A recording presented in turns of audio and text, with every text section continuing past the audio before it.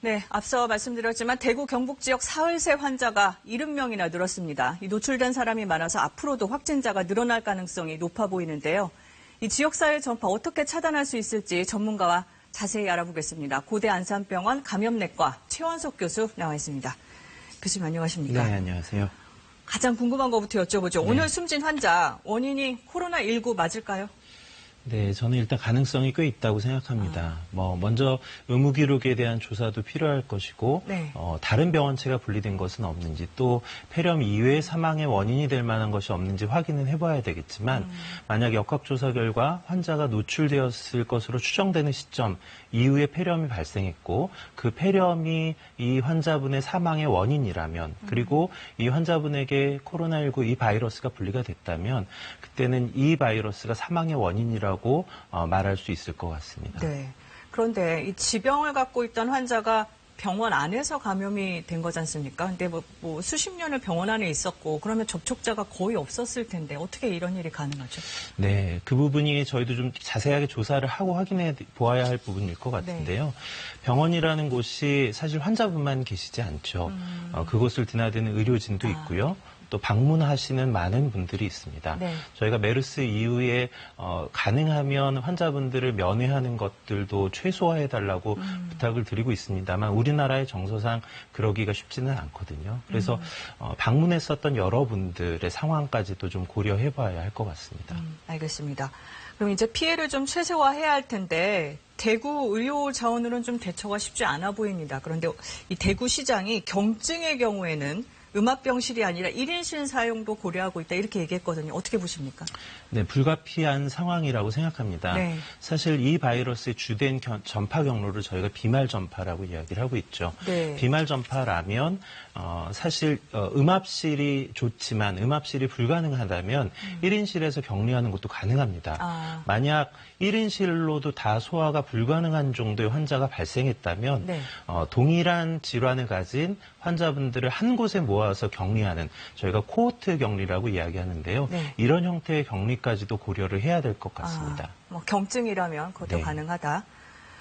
그리고 감염병, 호흡기 질환 전문 인력 지원도 요청을 했어요. 대구에서. 또 어떤 다른 지원들이 필요할까요? 네, 일단 굉장히 많은 분들이 증상을 가지고 검사를 위해서 아마 방문하고 계실 것이라서 네.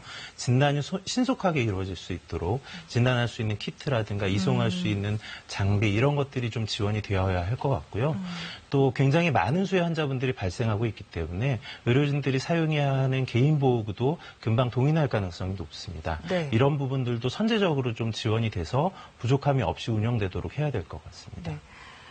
박능호 보건복지부 장관은 대구 경북 지역, 이 특정 지역에 오히려 환자가 집중해서 발생하고 있기 때문에 방역 차원에서 대응하기가 오히려 어렵지 않은 상황이다. 이렇게 얘기했는데 어떻게 보십니까? 교수님? 네, 모두가 산발 사례인 것보다는 낫죠. 아무래도 연결고리가 좀 있기 때문에 네. 추정하고 어디로 이동하고 또 어떤 환자분들에게 전파되고 이런 부분을 조금은 예측할 수 있는 바가 있습니다. 네. 하지만 우려되는 부분은 너무 많은 수의 환자가 동시에 생겨나고 있다는 것이죠.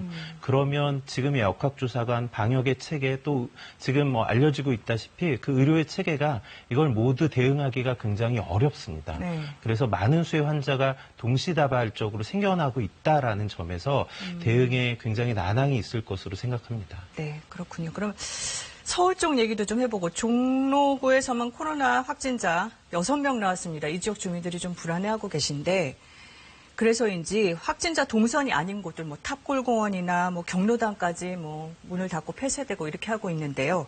이게 맞는 조치입니까? 네, 일단 이제 그런 곳을 폐쇄한다고 해서 네. 이미 다녀간 분들로 인한 전파를 차단하는 그런 효과는 없겠죠. 다만 지금 발생하고 있는 환자분들이 고령자라는 점을 좀 주목해야 할 것 같은데요. 네. 고령자에서 이 질환이 발생했을 때 다른 연령층에서 발생하는 것보다 훨씬 더 안 좋은 예후를 보일 수 있다는 게 이미 알려져 있습니다. 네.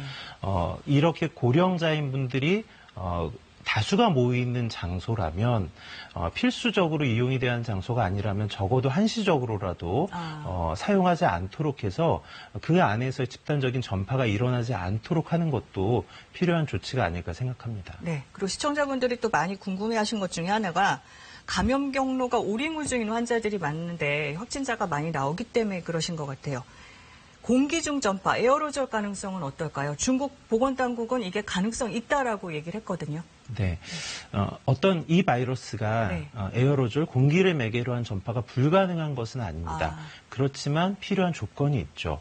의료기관 내에서 어떠한 시술을 하는 경우 또는 좁은 공간 내에서 반복적으로 노출이 있고 공기가 환기가 되지 않는 경우 이런 아주 제한적인 상황에서 발생하는 것이기 때문에 네. 일반적으로 발생할 수 있는 상황이라고 저희가 생각하고 있지는 않습니다.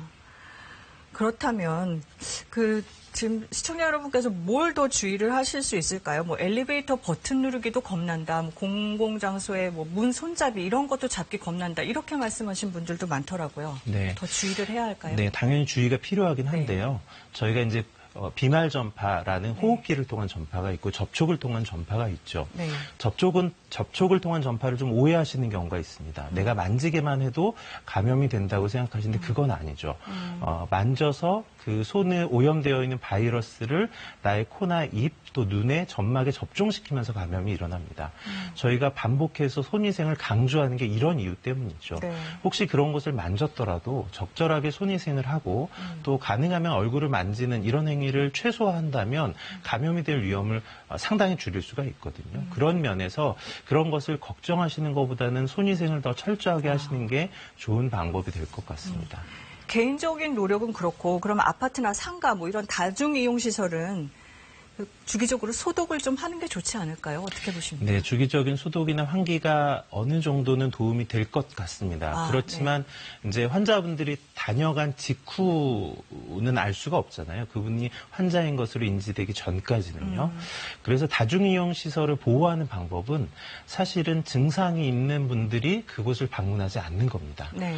저희가 이제 반복해서 말씀드리는 기침 예절, 마스크 착용 이런 것이 강조되어야 되는 분들이 주로 증상이 있는 분들이시거든요. 네. 증상이 있는 분들이라면 가급적이면 외출을 좀 삼가해 주시고 여러 사람이 이용하는 시설을 가능하면 가지 않아 주시고 기침 예절, 마스크 착용 이런 부분을 철저하게 지켜주시는 것이 우리 사회를 지킬 수 있는 방법이 될 것 같습니다. 네, 모두 서로 협조를 해주셨으면 좋겠네요. 말씀 잘 들었습니다, 교수님. 감사합니다.